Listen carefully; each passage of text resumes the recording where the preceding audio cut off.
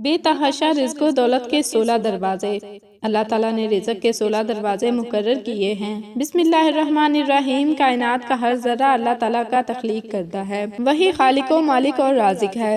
اللہ تعالیٰ نے اس کائنات کو بنانے سے پہلے حضرت آدم علیہ السلام کو خود اپنے ہاتھ سے تخلیق کیا، پھر تمام فرشتوں کو جو اللہ تعالیٰ کی عبادت پر مامور تھے اور جن کو نور سے بنایا گیا تھا، ان سب کو حکم دیا کہ حضرت آدم علیہ السلام کو سجدہ کیا جائے۔ اللہ تعالیٰ قرآن مجید میں ارشاد فرماتا ہے کہ اللہ تعالیٰ ہر چیز کا خالق ہے اور وہ ہر چیز کا ذمہ لینے والا ہے۔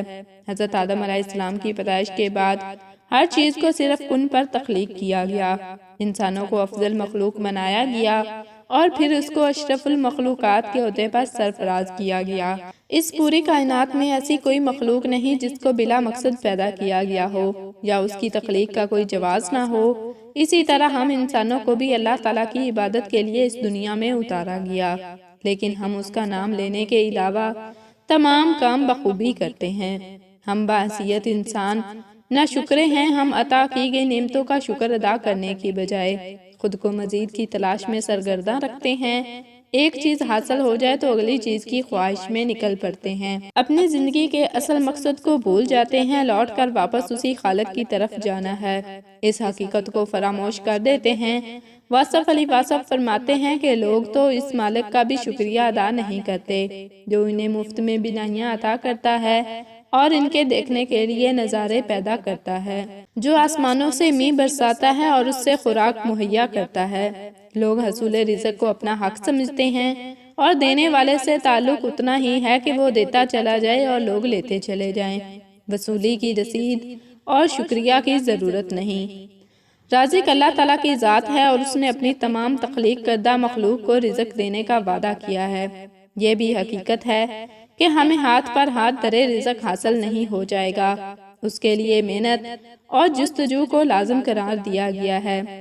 انسان کا رزق اس کے اپنے اندر موجود ہے، یعنی اس کی اپنی عقل، سوچ، قابلیت، صلاحیتوں اور عمل پر منحصر ہے، اور اپنی قسمت اور حالات کو کوسنا شروع کر دیتے ہیں اور اسی نا امیدی میں دل چھوڑ کر اس مقام پر بیٹھ جاتے ہیں جس سے آگے کامیابی ملنی ہوتی ہے۔ اور یہی نہیں بلکہ اکثر و بیشتر انسانی قدم اٹھانے سے بھی باز نہیں آتے۔ اس کائنات کی کوئی بھی مخلوق بھوکی نہیں سوتی سوائے انسان کے، جس کی بھوک کبھی ختم نہیں ہوتی، کیونکہ انسان بنیادی طور پر لالچی ہے، اس میں ہرس، بغض اور کینہ پروری بھری ہوئی ہے، غاصب ہے، دوسروں کے حقوق چھیننے والا اور ظلم کرنے والا ہے، دوسروں کی اپنے معمولی فائدے کے لیے عزتیں پامال کرنے والا ہے۔ یہ انسان اپنا پیٹ تو بھر لیتا ہے، آنے والے وقت کے لیے ذخیرہ تو کر لیتا ہے، لیکن اپنے ارد گرد اپنے ہمساؤں میں نظر ڈالنا بھول جاتا ہے۔ وہ بھول جاتا ہے کہ اس کو اس عمل کا جواب دینا ہوگا، کیونکہ حقوق العباد میں ہی حقوق اللہ ہیں۔ آج ہم اللہ کی مخلوق کا خیال کریں گے تو کل کو اللہ تعالیٰ ہمارا خیال کریں گے۔ وہ مال جو خدا کی راہ میں خرچ کیا جائے باعث اطمینان ثابت ہوتا ہے۔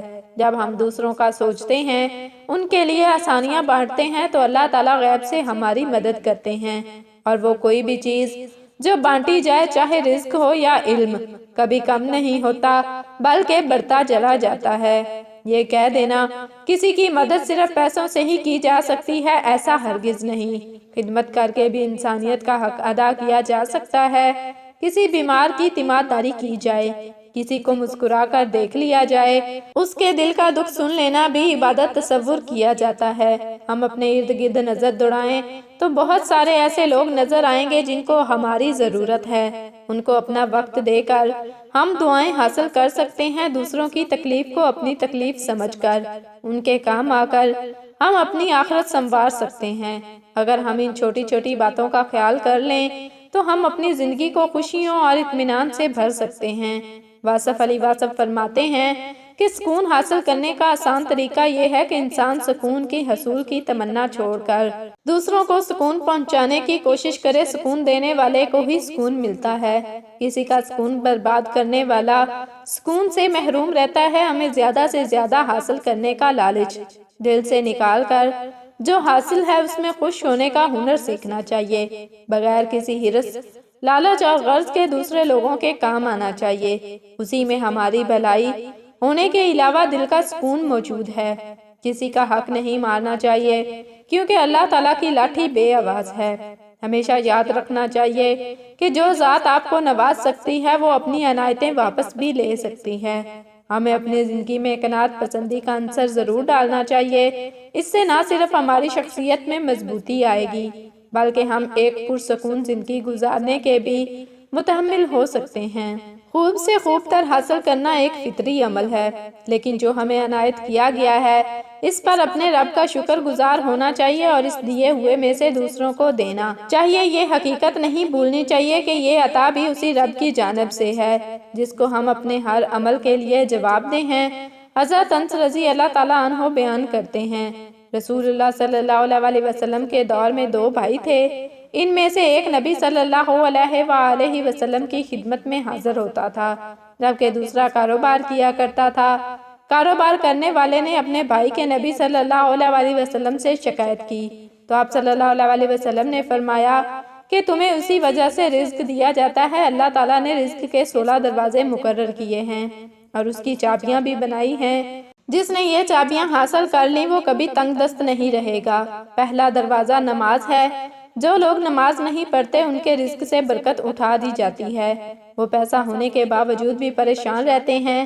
رسول اللہ صلی اللہ علیہ وسلم نے فرمایا جس کی نماز اثر جاتی رہی گویا اس کا کاروبار اور مال و دولت لٹ گیا۔ دوسرا دروازہ استغفار ہے۔ جو انسان زیادہ سے زیادہ استغفار کرتا ہے، توبہ کرتا ہے، اس کے رزق میں اضافہ ہو جاتا ہے۔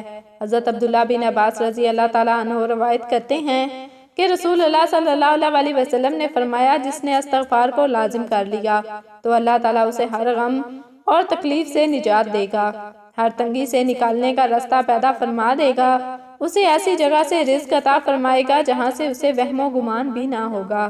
تیسرا دروازہ صدقہ ہے۔ اللہ نے فرمایا کہ تم اللہ کی راہ میں جو خرچ کرو گے اللہ اس کا بدلہ دے کر رہے گا۔ انسان جتنا دوسروں پر خرچ کرے گا اللہ 10 گنا اسے بڑھا کر دے گا۔ حضرت ابو ہریرہ رضی اللہ تعالیٰ عنہ سے روایت ہے کہ نبی کریم صلی اللہ علیہ وسلم نے حضرت بلال رضی اللہ تعالیٰ عنہ سے فرمایا، اے بلال خرچ کرو اور عرش والے سے افلاس کا خوف نہ کرو۔ چوتھا دروازہ تقوی اختیار کرنا ہے۔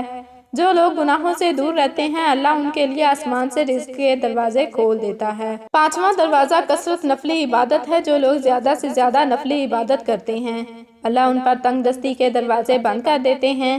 اللہ کہتا ہے اگر تو عبادت میں کثرت نہیں کرے گا تو میں تجھے دنیا کے کاموں پر الجھا دوں گا۔ لوگ سنتوں اور فرض پر ہی توجہ دیتے ہیں، نفل چھوڑ دیتے ہیں جس سے رزق کی کمی ہوتی ہے۔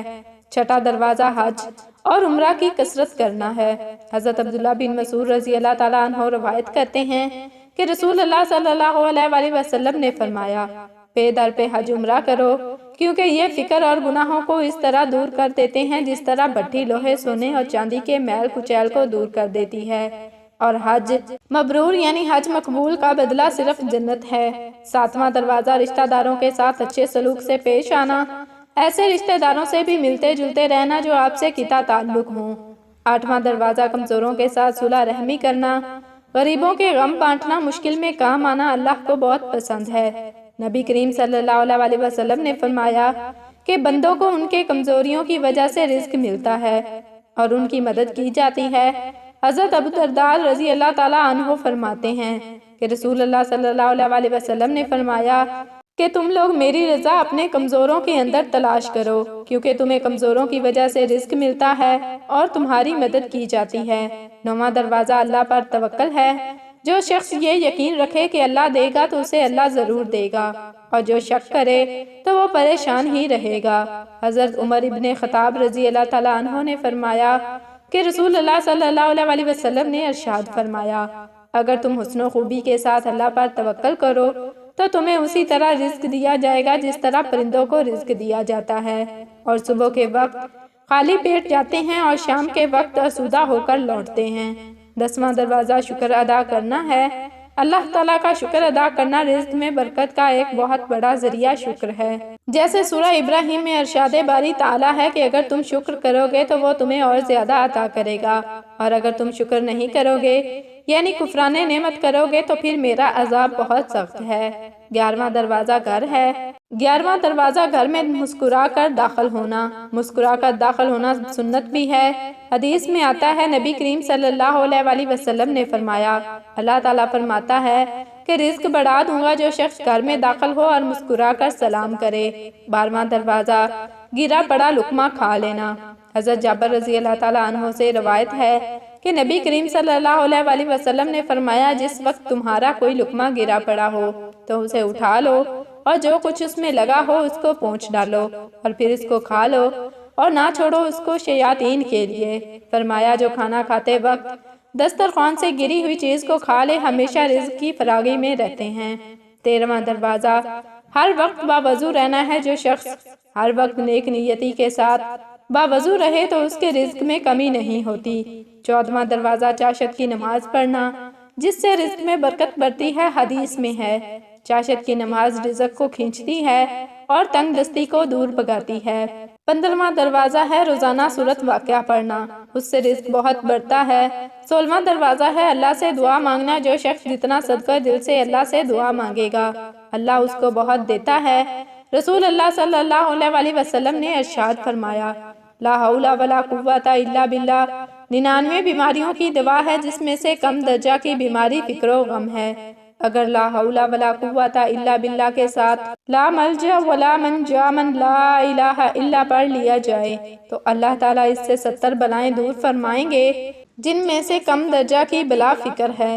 حضرت عائشہ رضی اللہ تعالیٰ عنہ سے روایت ہے کہ سورہ نصر کے نزول کے بعد نبی کریم صلی اللہ علیہ وآلہ وسلم اپنی ہر نماز کے بعد سبحانک اللہم و بحمدی سبحان اللہ مغفر لی یہ پڑھا کرتے تھے، اور قرآن پر عمل کرتے ہوئے اپنے رکوع اور سجود میں کثرت سے سبحانک اللہم و بحمدی اللہم اغفر لی پڑھتے تھے۔ نبی کریم صلی اللہ علیہ وآلہ وسلم نے صرف اسی پر ہی اکتفا نہیں کیا بلکہ کثرت کے ساتھ اللہ تعالیٰ سے استغفار بھی کرتے تھے۔ ایک مجلس میں 100 مرتبہ اللہ سے استغفار کرتے، حالانکہ اللہ تعالیٰ نے آپ صلی اللہ علیہ وآلہ وسلم کے اگلے پچھلے تمام گناہوں کو معاف کر دیا تھا اور وہ معصوم الخطا تھے۔ حضرت عبداللہ بن عمر رضی اللہ تعالیٰ عنہ فرماتے ہیں کہ میں نے نبی کریم صلی اللہ علیہ وآلہ وسلم کو ایک ہی مجلس میں 100 مرتبہ استغفر اللہ کہتے ہوئے سنا۔ اس سے معلوم ہوتا ہے کہ نبی کریم صلی اللہ علیہ وآلہ وسلم کس کثرت اور مدامت سے استغفار کیا کرتے تھے۔ حضرت عائشہ رضی اللہ تعالیٰ عنہ سے روایت ہے کہ جب نبی کریم صلی اللہ علیہ وآلہ وسلم کے وصال کا وقت قریب آیا تو آپ صلی اللہ علیہ وآلہ وسلم نے اپنی کمر سے ٹیک لگائی ہوئی تھی اور یہ کہہ رہے تھے، اللہم اغفر لی وارحمنی والحقنی بالرفیق الاعلی۔ اللہ تعالیٰ ہمیں دین کی مکمل سمجھ نصیب فرمائے اور ہمیں بہتر حلال رزق عطا فرمائے اور ہمیں نیکوکاروں میں شامل کرے، آمین۔ کمنٹ باکس میں اللہ تعالیٰ کے 99 ناموں میں سے ایک نام ضرور ٹائپ کریں۔ جزاک اللہ۔